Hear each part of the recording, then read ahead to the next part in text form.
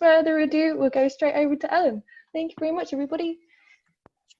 Thanks so much, Georgie and Rosie. That's really, really lovely to be here. And I'm super excited by the series that the Young Greens have been putting on. You've had some amazing speakers and the trainings sound great as well. I'm going to share my screen so that we can see some slides, but if you're listening to this while doing the washing up, that's totally fine. It's mostly pictures, just so that you don't have to be looking at my face the whole time.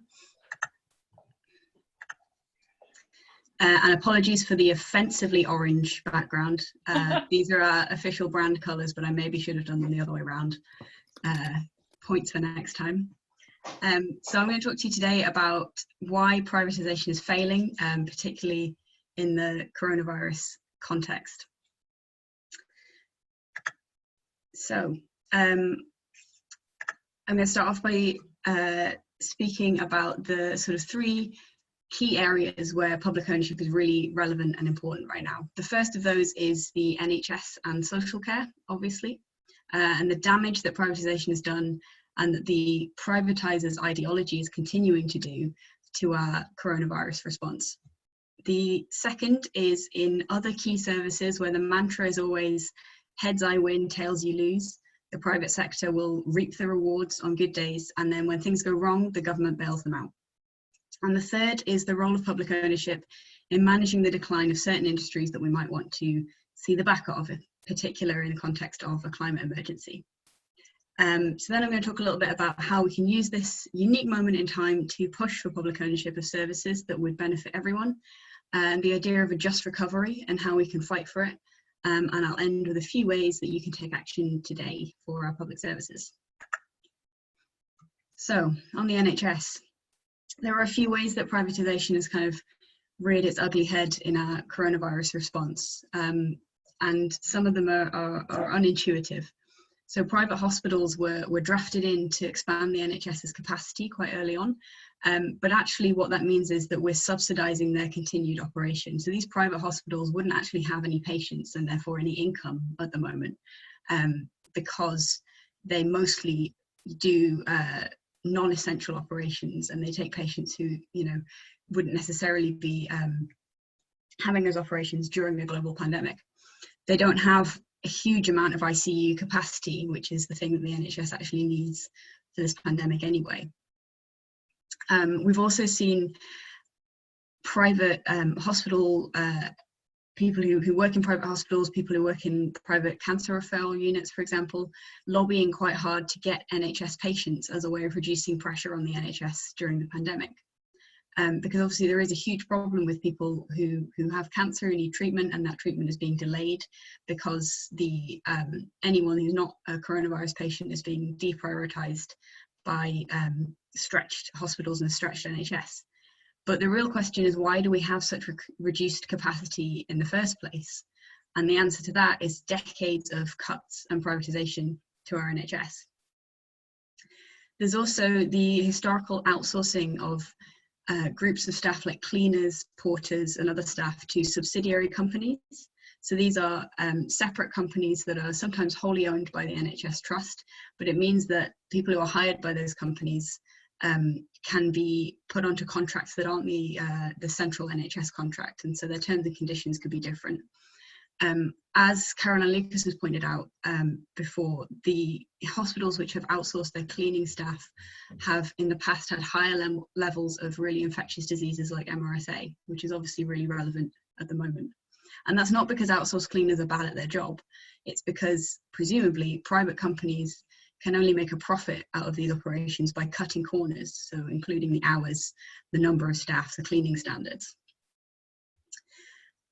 Another thing to point out is the new outsourcing of testing centres. So as testing became more obviously required during this pandemic, the government thought, right, who's going to run our new testing centres? Shall we use the labs that the NHS already has? Shall we put these testing centres in NHS hospitals so that NHS staff can access them easily?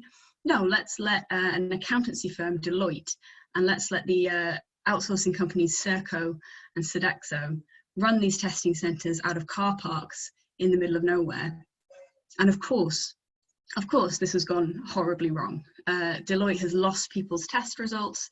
NHS staff have been waiting weeks to get their results back, and the results of false positives and false negatives have been so high that a lot of people think the test is just unworkable.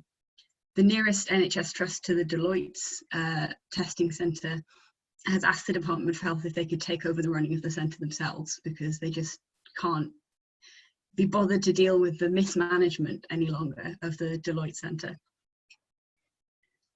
And the last big thing to mention is the fragmentation and separation from health of the social care sector. And that means that social care services and care homes have struggled to access PPE. The COVID-19 patients have reportedly been released back into care homes. GPs have stopped visiting care homes, and it's really, really difficult to count the number of cases or deaths accurately because of the just massive fragmentation of our social care services. There's hundreds of different care home providers, different private companies. I think smaller care homes, even the biggest care home providers in the country, only account for about 5% of the whole adult social care service. And it's really difficult to coordinate PPE distribution among those different services because of how fragmented the sector is. And I think this pandemic will really be a reckoning on a lot of things, but significantly on the damage that fragmentation and privatisation and the devaluing of social care in comparison to healthcare has caused. So We Own It, we've got a report coming out next week, which will focus on the damage that outsourcing has caused to our pandemic response, including the NHS's supply chain. So keep your eye out for that. And just to conclude on this section, I think, when we've got a government that doesn't believe in the power of the state, it doesn't like the state, it would like to have a small state, of course they're not going to be able to get it together enough to have a coordinated response to a pandemic. Of course they're not going to be able to do things in a centrally planned and logical way.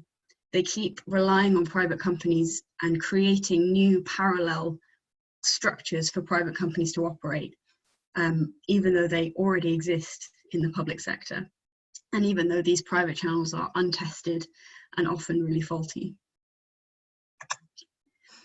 The second area is other key services like the railways. And I bring this up because it's a really broad point, but it's even more obvious in a crisis than it is normally, that privatisation works on the logic that when times are good, the private companies will make a profit. They'll rely on the income from fares in the case of railways. And then as soon as something goes wrong, and this doesn't take a global pandemic, it could just take a surprise dip in the economy or some people deciding not to travel to Scotland for a year, the private companies just give up and they need help from the government, they need bailing out. So a few weeks ago, there were some stories in the paper about the government nationalising the railways, and that's not what's happened. I think I blame this on journalists being a little overexcited about a new Tory government potentially taking up one of Labour's flagship policies, but that's not what's happened.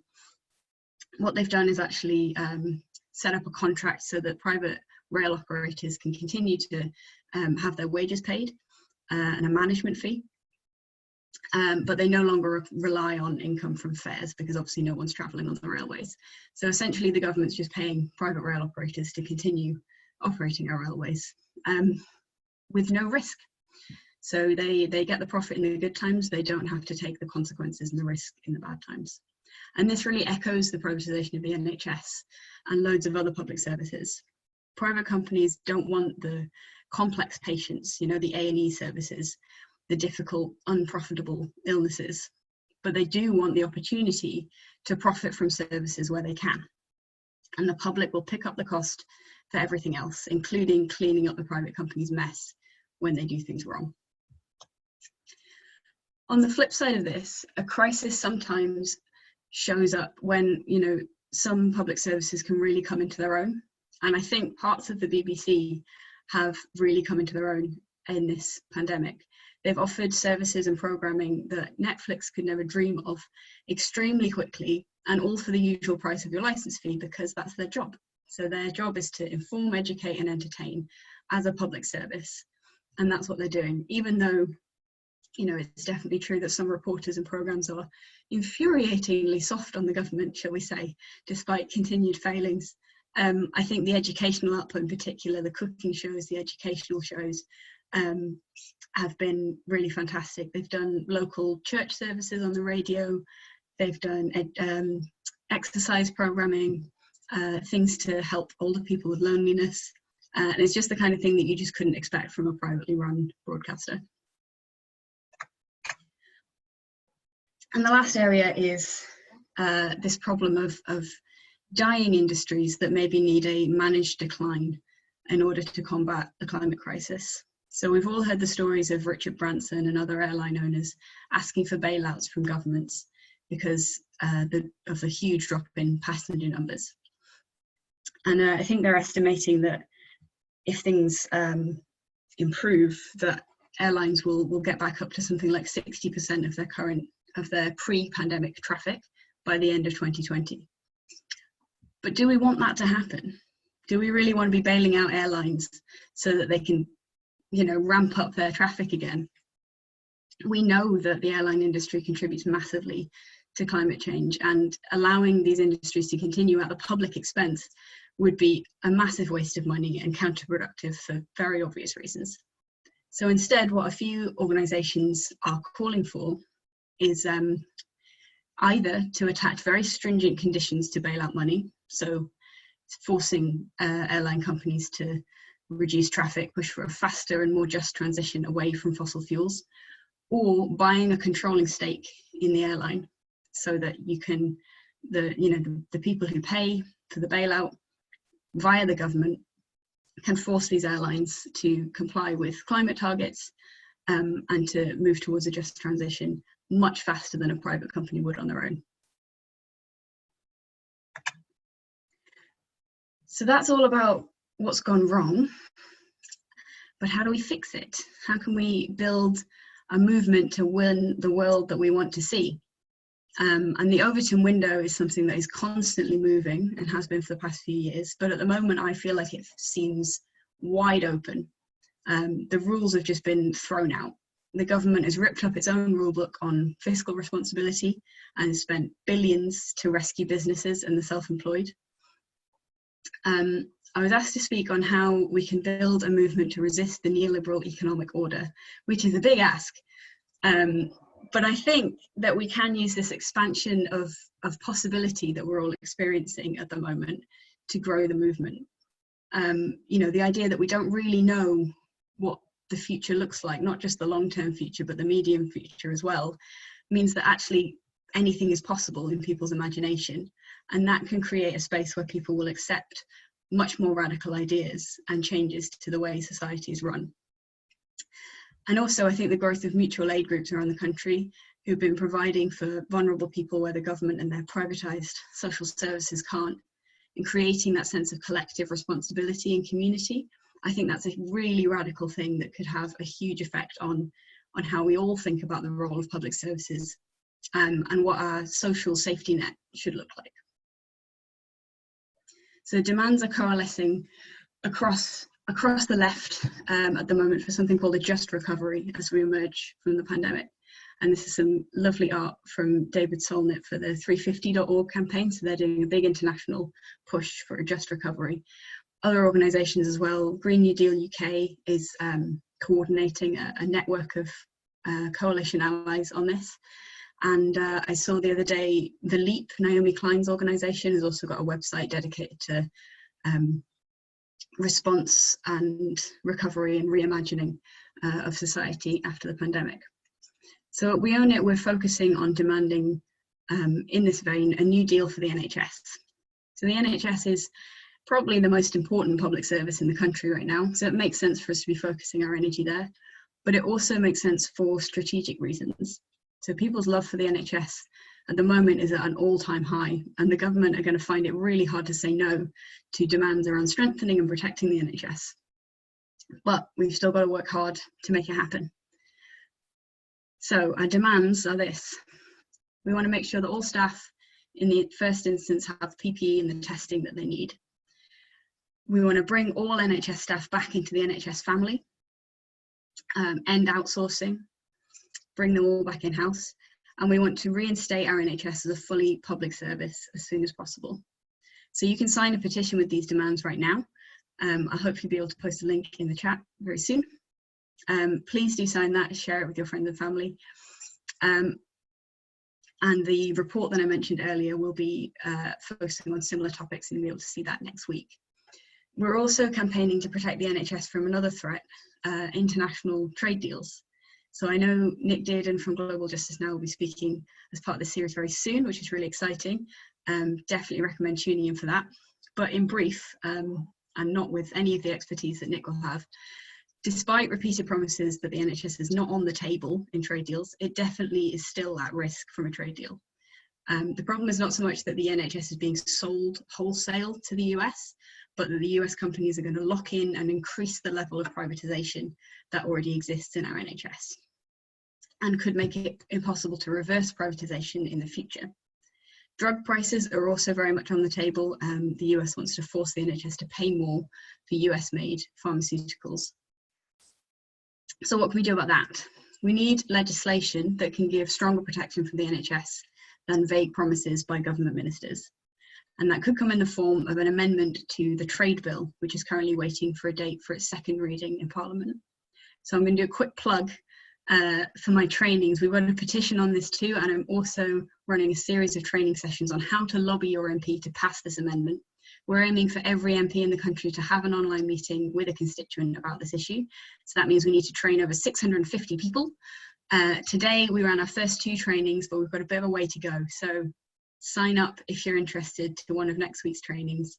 The link is there, but I will also try and post it in the chat. I would love to see some of you there. We've had a slightly leaning to the older demographic of our training participants so far, so it'll be amazing to get some young people in there and hear your perspectives as well. And after that cheeky plug, I will end it there. Thank you very much. Thank you so much, Ellen. That was awesome. That was so good. So we've had loads of questions come through, and unsurprisingly, the majority of them have been on NHS and social care. So going to go straight in with quite a meaty question for you. So, Oh, good. How do we ensure that the variety of care, both domestic care and care homes, offered by literally thousands of smaller private companies is maintained under public ownership to ensure care receivers can choose the type of care and support that they want? Obviously, the current issue of competition pricing, which exists today in the private sector. That is an interesting one. So I will say that we haven't done a whole lot of work on social care as we own it, so I'm not anywhere near an expert. And I would recommend, if you're interested in this, reading anything by Jane Lethbridge, who has a proposal for a national care service.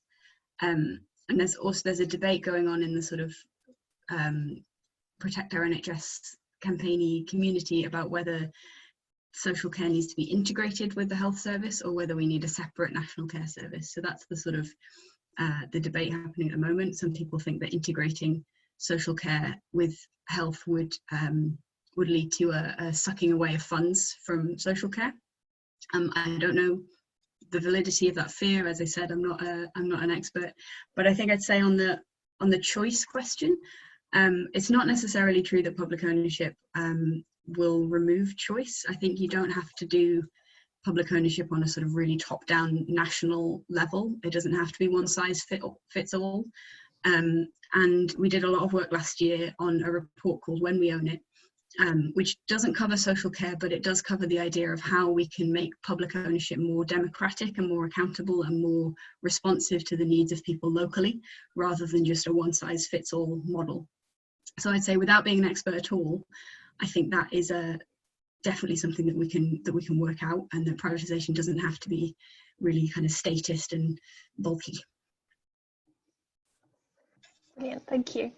So a lot of people who work in the health and social care sector at the moment are obviously employed by private groups, and they're often paid quite a lot more than their colleagues who are employed directly by the NHS. If we were to end privatisation, which is our goal, how will we make sure that there's an even playing field, and that people who are currently, say, bank nurses and are earning sometimes like £10 more an hour than their colleagues, how will we like level that discrepancy and make sure people still stay in their jobs?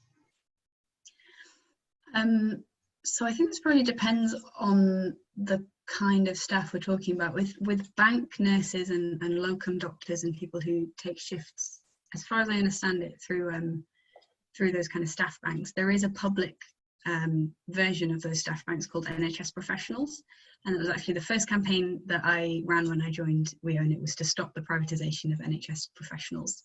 So there are lots of different staff banks, and some of them are private, and NHS Professionals is the only public one. And the government were planning on selling it off, but we maybe played some part in stopping them from doing that. So it is possible to work, what I'm trying to say is possible to work for the public sector and take bank shifts, which can pay more. But the thing about NHS Professionals was that it didn't take a huge, what's the word?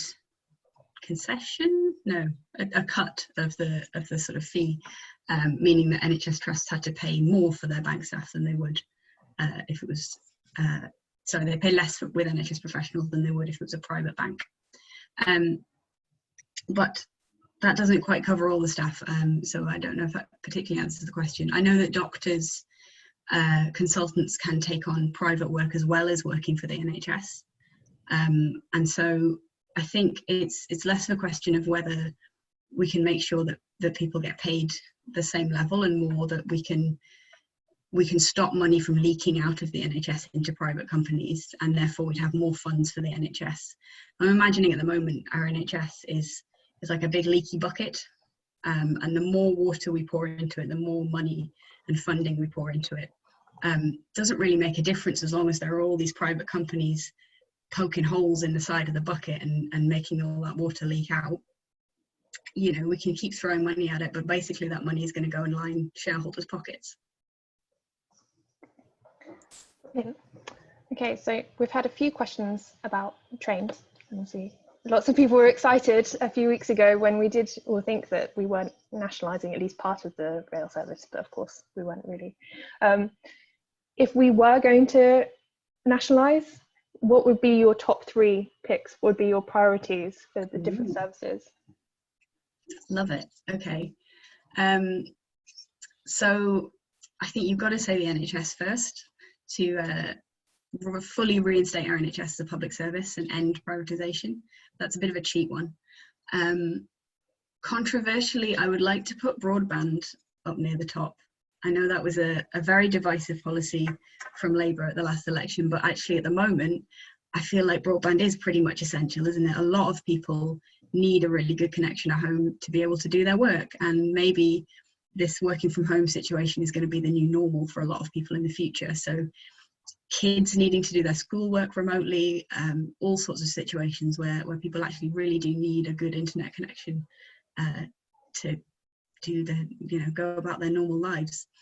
And I think public transport's probably, it's a tricky one. Maybe public transport, maybe energy.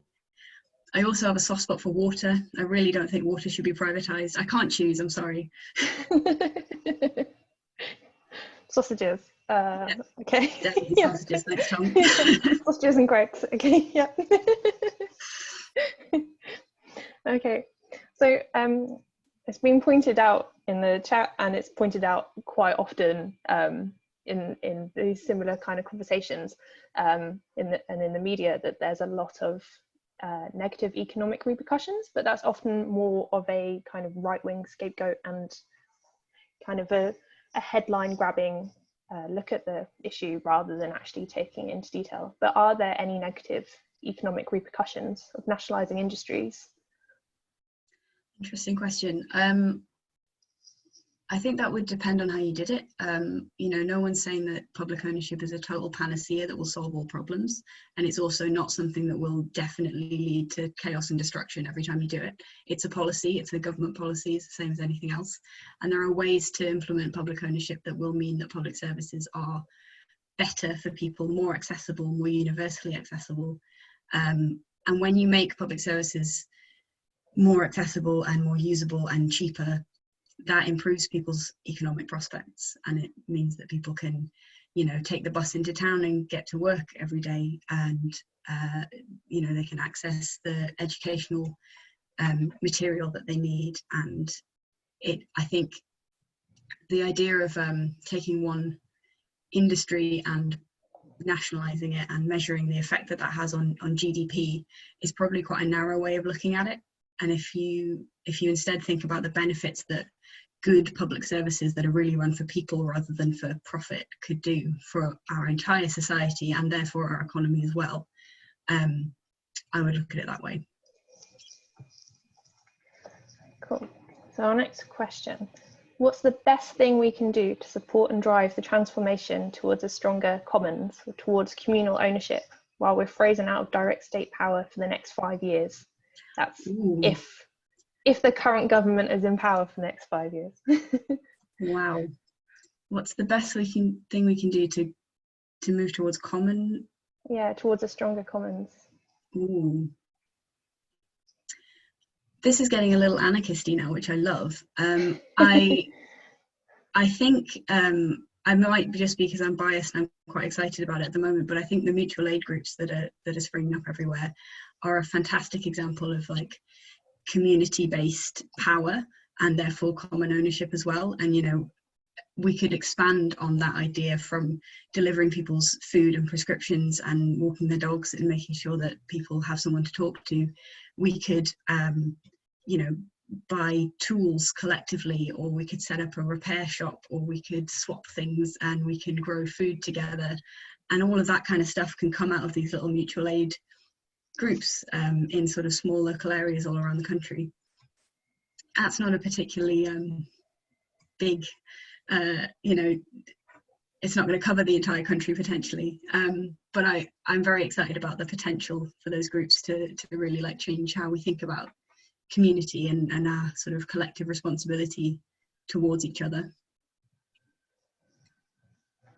I think already a lot of these conversations are changing as well, aren't they? Anyway, just because of everything that's going on. The idea of universal broadband, for instance, yeah, which only 6 months ago seemed quite outlandish to a lot of people, now is, like you say, absolutely a lot more mainstream.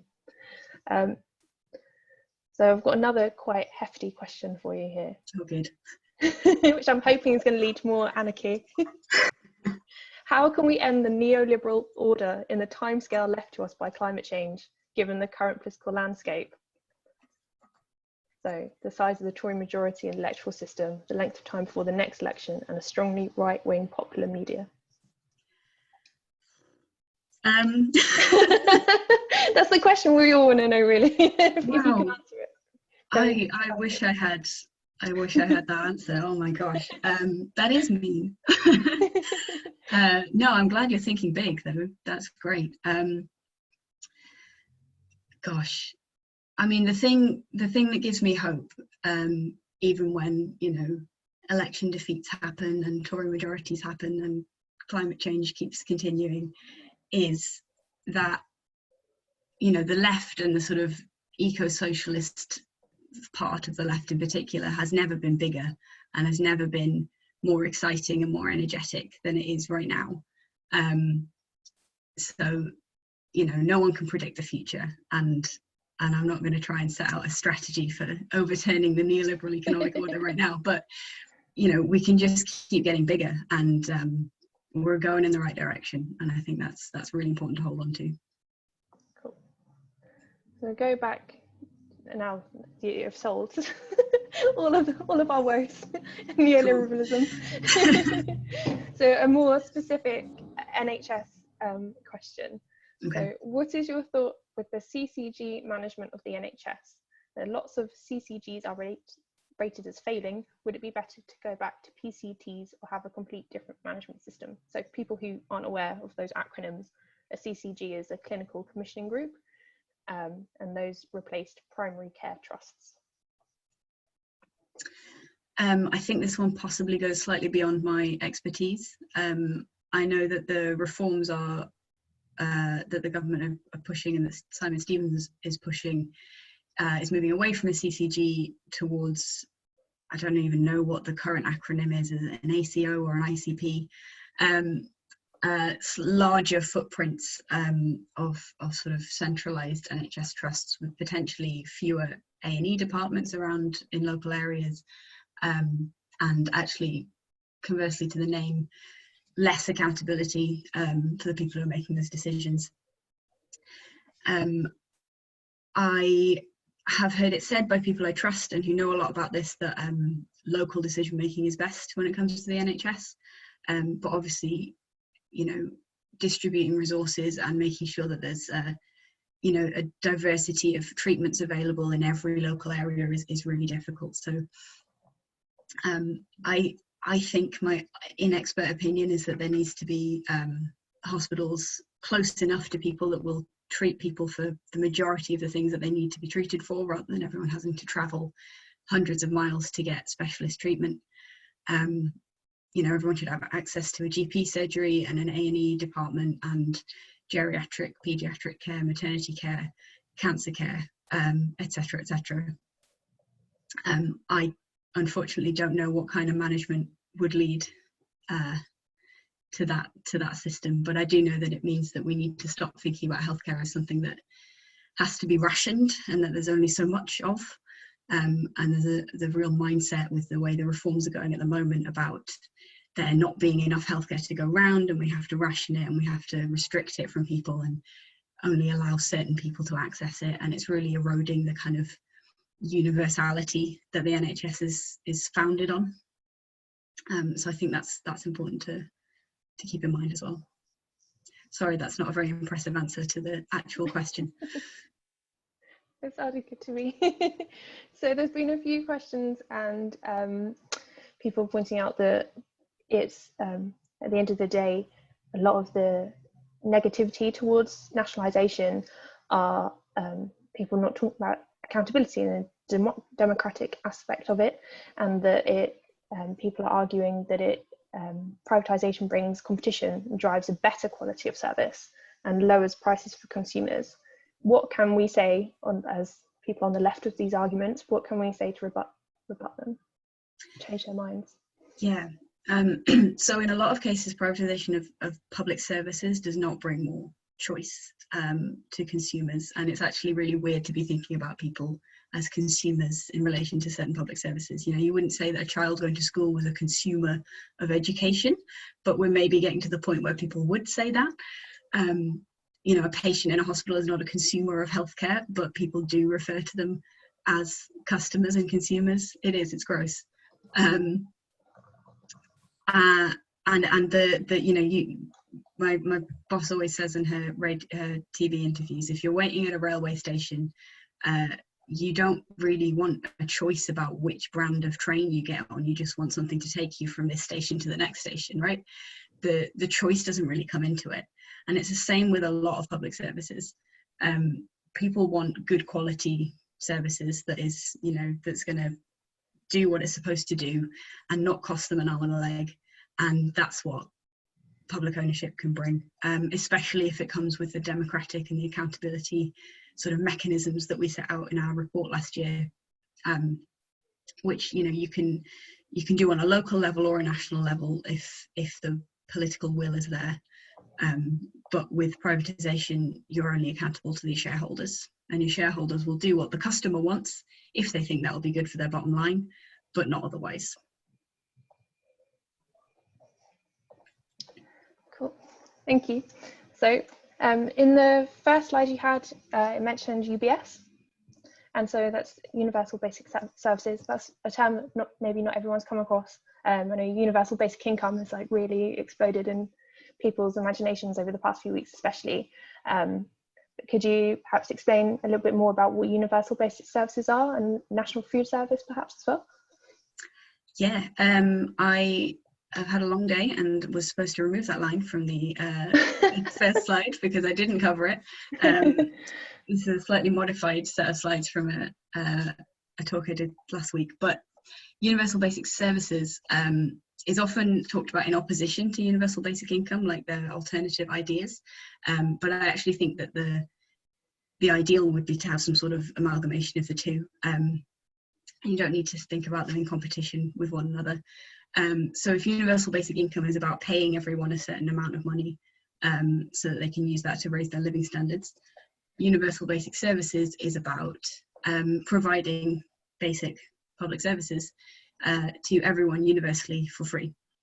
And so you can see this in some towns in Europe, and places in Germany and Finland have made bus travel completely free. You could even say that council services are a form of this. We pay our council tax and we get universal access to waste services and certain other things that the council does for us. So it's just the idea of sort of expanding the level of what we think is basic and necessary and what should be available universally. That's how I understand it. I don't think there's like a strict kind of boundary over it, or ideas of what makes a really like absolutely necessary service. But I know that there is a really interesting debate about the idea of a national food service, not just Greggs, but all food, providing, you know, nutritious meals to everyone regardless of their ability to pay. And I think you know, there are different ways of doing that, and I don't know the sort of specifics of different proposals, but particularly in a pandemic when people are struggling to access food at the supermarkets or through the usual means, there's definitely space for something like a national food service to be developed. Cool. So we can go quite a niche one here now. So what are your thoughts on the nationalisation of ferries, such as the ones to and from the Isle of Wight? How would we go about this, especially given it's never been at the forefront of any political party's agenda? Ooh, that's a new one. I know nothing about ferries. Please send me information about it, and we'll see if it's something we should campaign on. Is that someone who lives on the Isle of Wight, I'm guessing? I believe so. Oh, there's a few people jumping in the chat saying they are public transport. Yeah, ferries are public. That's true. Yeah, I mean, it's a form of public transport, and if you live on an island, then you have to get to the island somehow. That's definitely it's as vital as a bus service would be. So yeah, I think there's a case for that. Cool. I'm just sorry. Okay. So a lot of questions flooding through at the moment. Make sure we just... Okay. So I know we're the Green Party, but of course we are often having to respond and react to what the Labour Party are doing. So now with Keir Starmer, leader of the Labour Party, do you think it's going to be more difficult to achieve the aim of extending public ownership? I don't know what to think about Keir Starmer. I'm still the jury's out. He signed our pledges. So we put out a series of pledges during the Labour leadership elections on public ownership of various services, and he signed up to all of them. We then put out a more detailed series of pledges on the NHS specifically, and he did not sign up to those. But in fairness, we didn't give him lots of time on that second one. And I think at the moment he seems reluctant to be pushing any particular agenda while the crisis is still ongoing. He's got for this sort of constructive opposition idea. But I think it almost creates more space for the Green Party to flank Labour from the left and push for these policies that we know are going to be helpful in combating climate breakdown and increasing, decreasing inequality. The Green Party almost has more space to manoeuvre now, and can influence Labour from that direction. That's how I kind of see it playing out. But yeah, waiting to see on Keir Starmer. Brilliant, thank you. So such a politician's answer, I'm sorry. Yeah. I think we're all still waiting to see what's going to happen with Keir, aren't we? So it's still very much a blank page for a lot of us. So we've had so many great questions there. Thank you so much for answering so many of them. Could you just run us quickly back through the petitions that you mentioned earlier, so we can get everyone on board with those? Absolutely. Let me find the the links for you. So we've got our Protect NHS Staff, Not Private Profits petition, which, if I can open the chat, I will post now. And that is the one with the 3 demands around ending outsourcing, getting PPE and testing in NHS hands for NHS staff, and reinstating the NHS as a public service. We also have a petition to protect the NHS from trade deals. And alongside that is a series of training events that I would love for you to sign up to. Ones this week are all full up, but we have some starting on Wednesday next week, which have lots of space left. So I'd love to see some of you there. And I'm posting a link to our event page where you'd be able to find a few different buttons on there for the different events next week. So that's a lot of links. I hope that makes sense. Yes, sign and share with your friends, get involved. That'd be great. Thank you so much.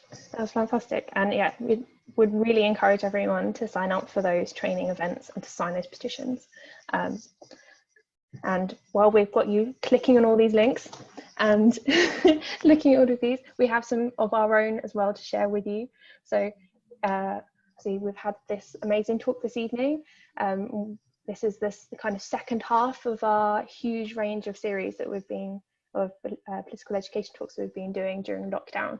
So our next one is happening on Monday evening, and that's on topic of fighting toxic trade deals, and that's with Nick Dearden, and we're really excited to share that one with you.